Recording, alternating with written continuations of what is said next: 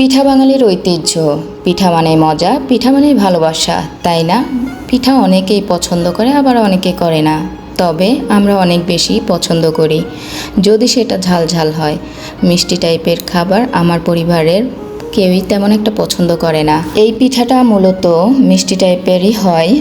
আপনার দুধের খিরসা দিয়ে অনেকে বানায়, আবার অনেকে নারকেলের পুর দিয়ে বানায়।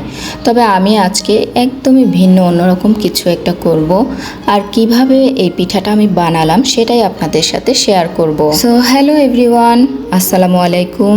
ওয়েলকাম করছি আমার নতুন ব্লগে। শেষ পর্যন্ত আমার সাথেই থাকবেন, তাহলে জানতে পারবেন, বুঝতে পারবেন আমি কিভাবে পিঠাটা বানালাম। তো আর কথা না বাড়িয়ে আমি মূল রেসিপিতে চলে যাই। আমি প্রথমে একটা প্যানে পরিমাণ মতো তেল নিয়ে নিয়েছি, আর তেলটা গরম হয়ে যাওয়ার পর পেঁয়াজ কুচি দিয়েছি। পেঁয়াজটা হালকা ভেজে নিয়েই আমি মাংস কুচি আর আলু কুচি দিয়ে দিয়েছি। এখানে আমি ব্রয়লার মুরগি ব্যবহার করেছি, তবে মুরগির বুকের অংশটা নেবেন। মুরগির বুকের অংশে হাড় থাকে না, তাই খুব ভালো হয়। আমি খুব ভালোভাবে মশলা দিয়ে কষিয়ে নিয়েছি। তবে আমি এখানে কি মশলা দিয়েছি সেটাও আমি বলে দিচ্ছি।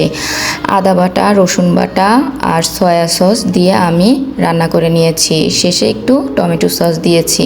বাস এভাবেই আমি রান্না করে নিয়েছি, আর সামান্য লবণ দিয়েছিলাম। রান্না করার পরে আমি আটা সিদ্ধ করে নিয়েছিলাম, আর আটাটাকে খুব ভালোভাবে কাই করে নিয়েছিলাম। তবে রুটি বানানোর কোনো ঝামেলা ছিল না। আমি ছোট ছোট লাড্ডুর মতো করে এখানে কিভাবে বানালাম আপনারা দেখতেই পাচ্ছেন। আমি একটা পেজ থেকে এই পিঠা মেকারটা নিয়েছিলাম। আমি কখনো ভাবিনি যে এত সুন্দর হবে এটা দিয়ে। আমি বানানোর সময় বারবারই ভাবছিলাম হবে তো, বানানোর পরে তো আমি অবাক হয়ে গিয়েছি। এত সুন্দর করে এই পিঠা মেকারটা দিয়ে পিঠা বানানো যায়। খুব সুন্দর হয়েছে আমার পিঠাগুলো। আর এরপর আমি একটা কড়াইয়ে তেল দিয়ে দিয়েছি। তেলটা গরম হয়ে যাওয়ার পর আমি এক এক করে পিঠাগুলো ভেজে নিলাম। ভাজার পরে পিঠাগুলো আরও বেশি লোভনীয় লাগছিল।